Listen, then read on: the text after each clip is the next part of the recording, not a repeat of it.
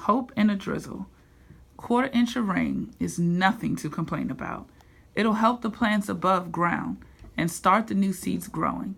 That quarter inch of rain did wonders for Ma, too, who is ripe as a melon these days. She has nothing to say to anyone anymore except how she aches for rain. At breakfast, at dinner, all day, all night, she aches for rain. Today, she stood out in the drizzle, hidden from the road and from Daddy, and she thought from me, but I could hear her from the barn. She was bare as a pear, raindrops sliding down her skin, leaving traces of mud on her face and her long back, trickling dark and light paths. Slow tracks of wet dust down the bulge of her belly, my dazzling Ma, round and ripe and stripped like a melon. July 1934. Dion quintuplets. While the dust blew down our road, against our house, across our fields, up in Canada, a lady named Ezra Dion gave birth to 5 baby girls all at once. I looked at Mom, so pregnant with one baby. Can you imagine 5? I said. Ma lowered herself into a chair, tears dropping on her tight-stretched belly. She wept, just to think of it. July 1934. Wild boy of the road. A boy came by the house today. He asked for food. He couldn't pay anything, but Ma set him down and gave him biscuits and milk. He offered to work for his meal. Ma sent him out to see Daddy. The boy and Daddy came back late in the afternoon. The boy walked 2 steps behind in Daddy's dusk. He wasn't more than 16, thin as a fence rail. I wonder what Livy Killian's brother looked like now. I wonder about Livy herself. Daddy asked if the boy wanted a bath, a haircut, a change of clothes before he moved on. The boy nodded. I never heard him say more than yes, sir, or no, sir, or much obliged. We watched him walk away down the road in a pair of Daddy's mended overalls. His legs like willow lambs, his arms like reeds. Ma rested her hands on her heavy stomach. Daddy rested his chin on top of my head. His mother is worrying about him, Ma said. His mother is wishing her boy would come home.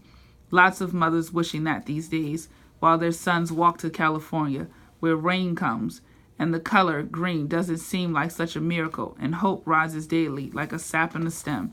And I think someday I'm going to walk there too, through New Mexico and Arizona and Nevada. Someday I'll leave behind the wind and the dust and walk my way west and make myself to home in that distant place of green vines and promise. July 1934.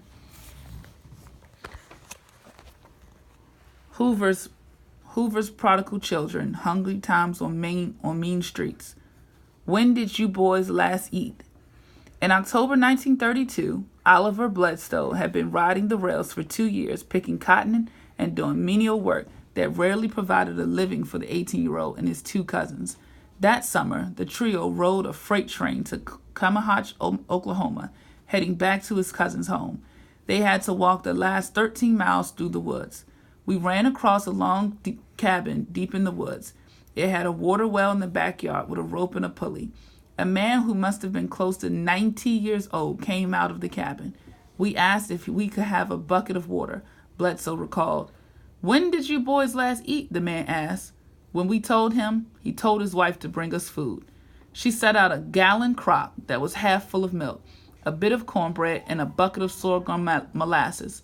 The milk was beginning to turn sour, and the molasses was full of tiny ants. We were hungry beyond being picky, and we lit on the food. I still remember we couldn't find any fault with the old lady's cornbread. At the worst part of the Great Depression, 250,000 teenagers joined others who were roaming across America, riding freight trains or hitchhiking. In 1933, when the economy hit rock bottom, what does this figurative language mean? That's a question I'm asking you. When the economy hit rock bottom. About 9,000 banks failed. 2.5 billion in deposits were lost. Unemployment soared to nearly 13 million, or about 1 in 4 of the labor force, so 1 in 4 people. Some youths ran from home, believing they were burdens on their families. Some fled, broken by the shame of unemployment and poverty. Others left eager for what seemed to be a great adventure. Fun ideas of life on the road vanished when a young hobo felt the first pains of hunger. The majority of homeowners, and shopkeepers were sympathetic toward the hard luck kids. 6 years later, the simplest acts of kindness were remembered by those who'd been half-starved and utterly unhappy when they knocked at a stranger's door. Other kids, too, recall seeing their mothers and fathers help hobos who came to ask for food. It was a lesson in giving that was never forgotten.